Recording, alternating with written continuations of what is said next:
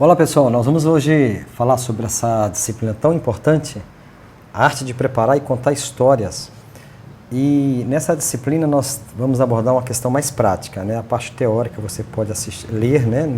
nos artigos, nos textos, mas nós trataremos mais da questão prática mesmo, de como preparar, de como ministrar essa história, de como trazer essa história para dentro de sala.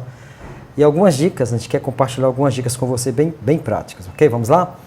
O preparo da história, então, primeiro passo, né, é planejar os ensinos que irá explorar por meio de uma história. Tem que lembrar que a história, ela é um instrumento, ela é um meio onde nós vamos levar o quê? Ensino, valores, conteúdos, o que for. Né? Então, é preciso, primeiro momento que o professor separa ali, naquela história, o que ele vai focar? Quais são os ensinos que ele vai explorar por meio daquela história? Por exemplo, quais as lições de vida que a história apresenta? Então vamos separar essas lições de vida, desafios, que aplicações podem ser feitas a partir daquela história. Valores éticos que podem ser explorados como amor, respeito, consideração, bondade, família, né? E esses comportamentos sociais que são importantes.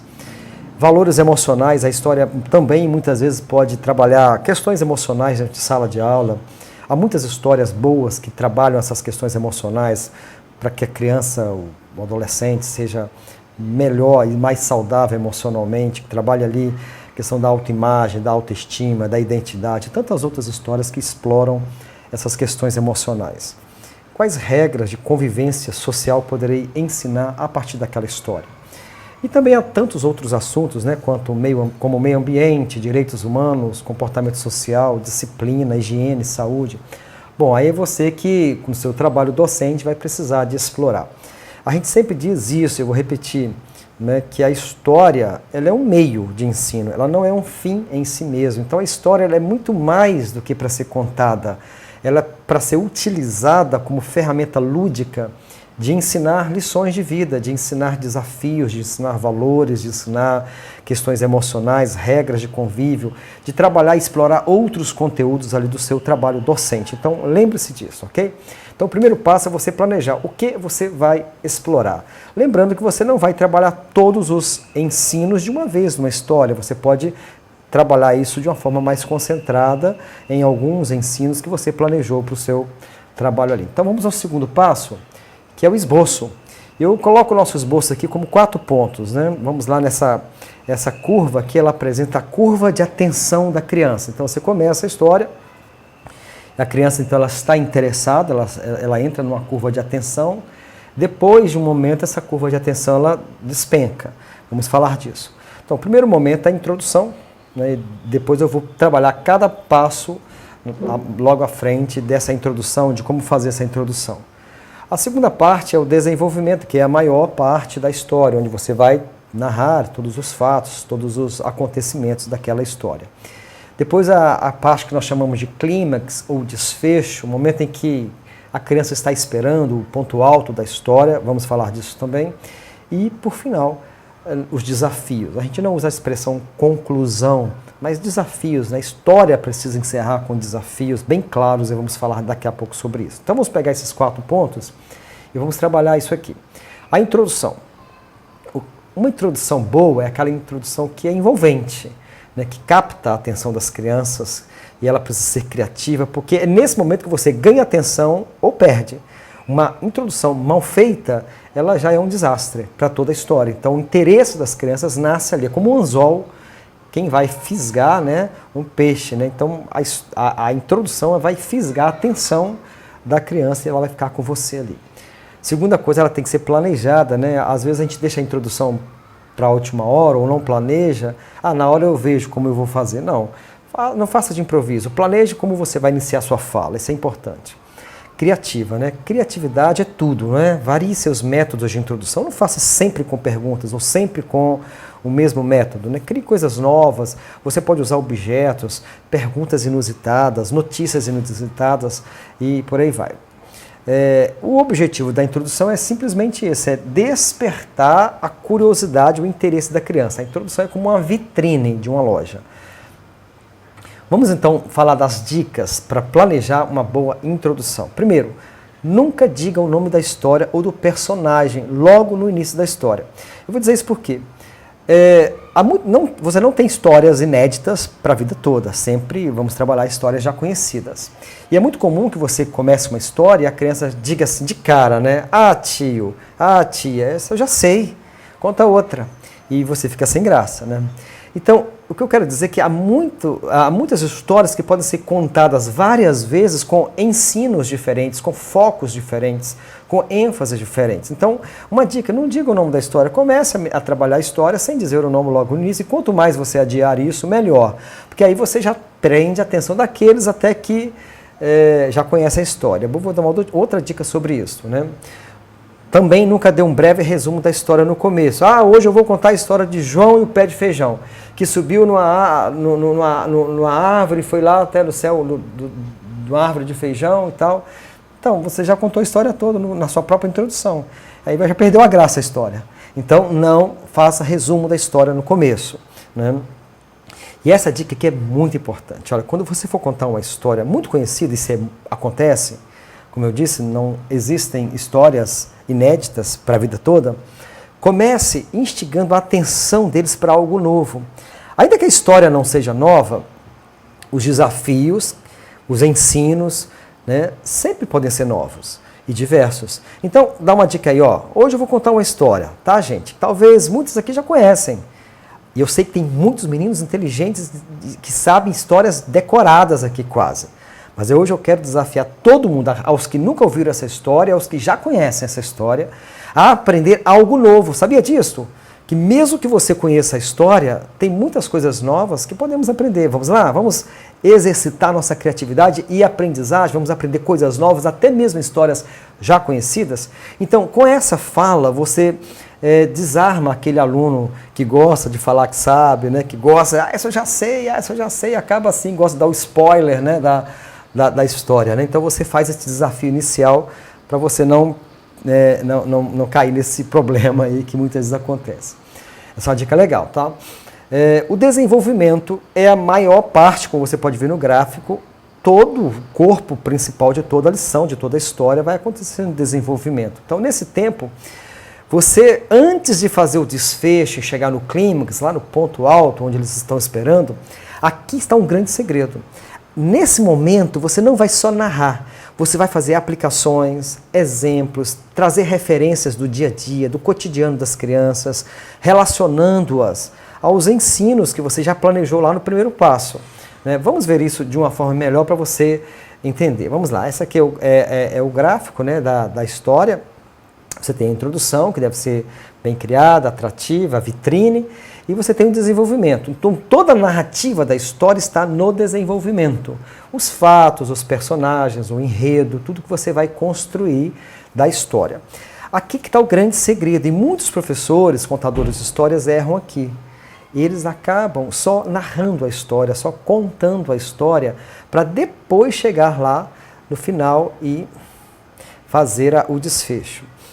Aqui você vai fazer as aplicações, né? Tudo que você pode explorar da história, dos ensinos que você planejou no primeiro passo, dê exemplos, faça referências do cotidiano, na vida das crianças, porque isso vai aproximar o quê? A história do ouvinte. Eles vão ter esse contato, essa aproximação, essa ligação, né? Essa sinergia, né? Com essa história. Então, faça toda vez que você fizer uma aplicação, né, dê exemplo, né? Toda vez que você aplicar aquele ensino planejado, dê exemplo, né?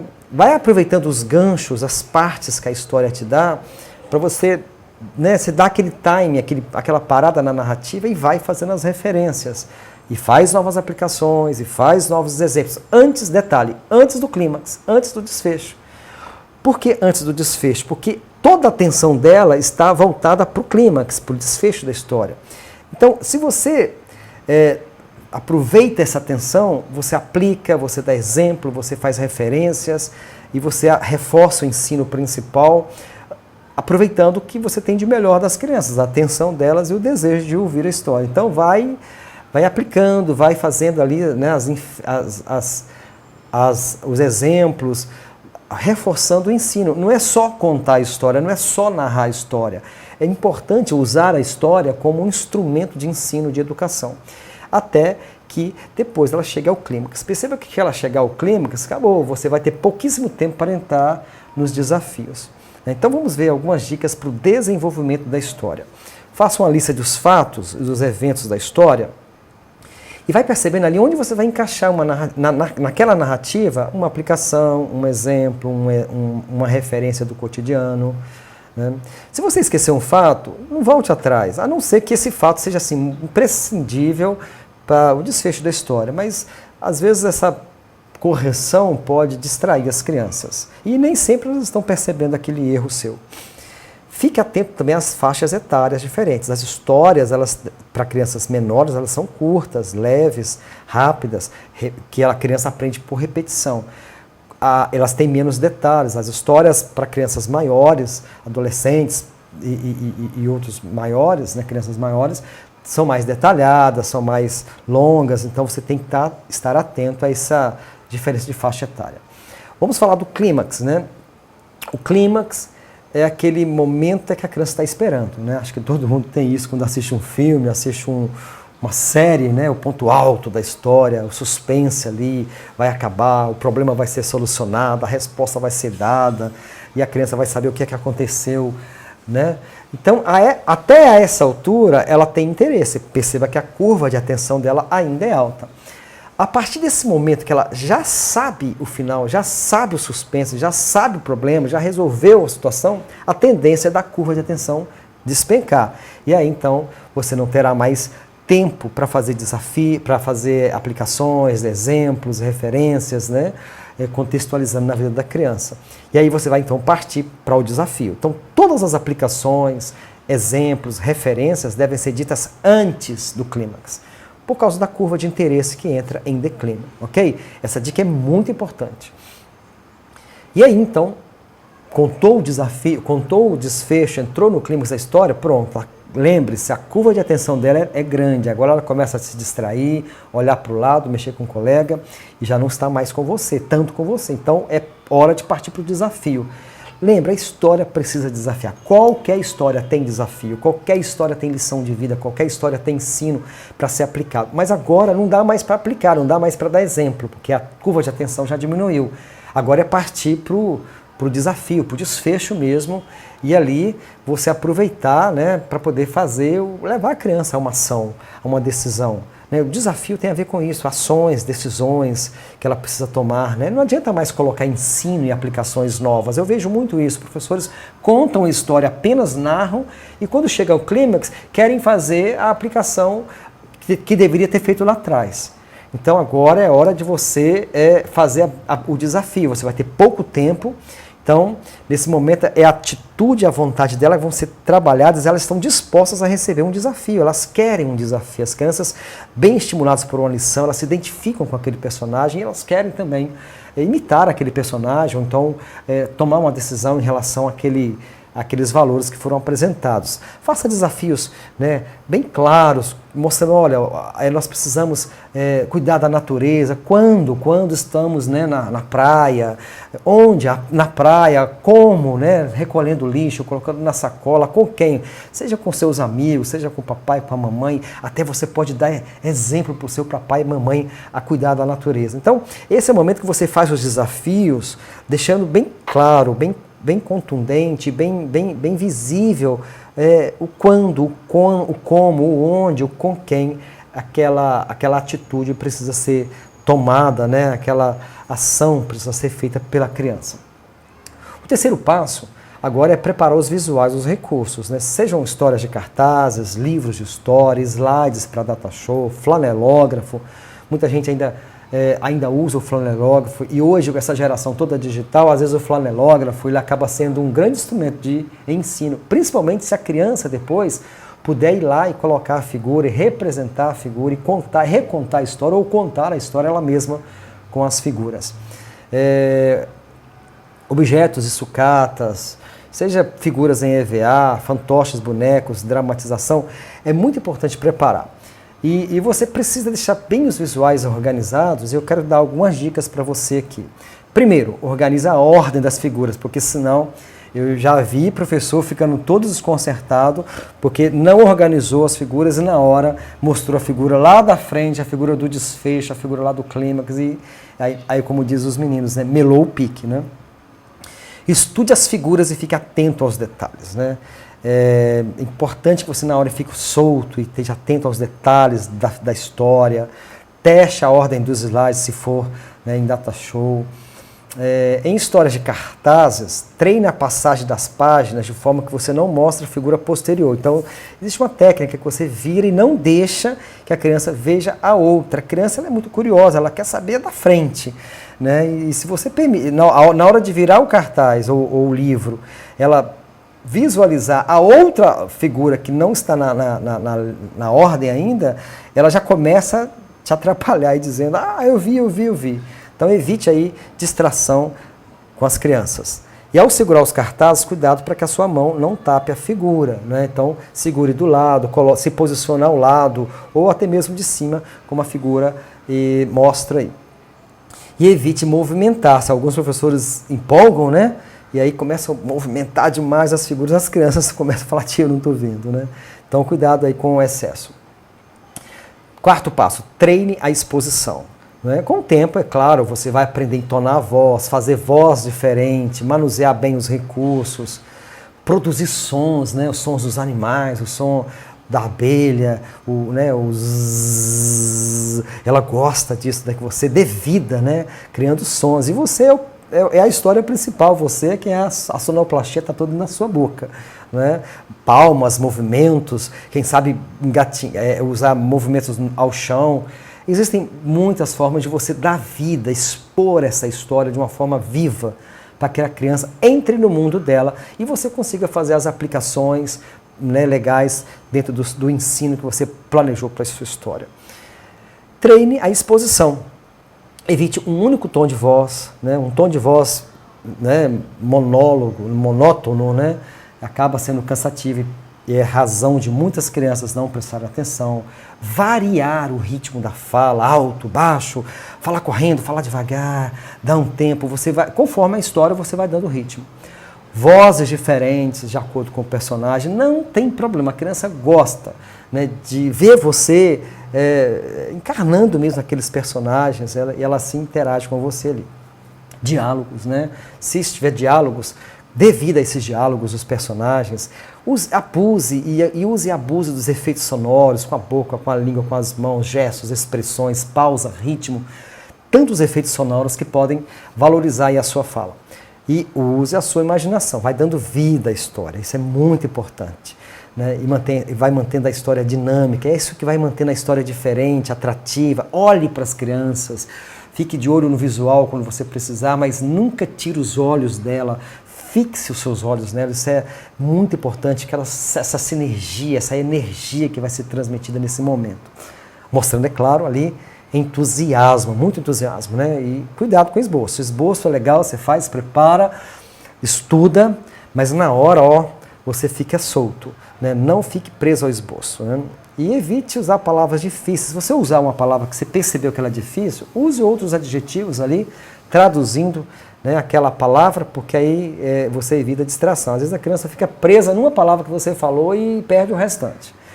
Né? Vai explicando termos, palavras difíceis, algumas idades ainda estão no pensamento ali, com o pensamento formal, né?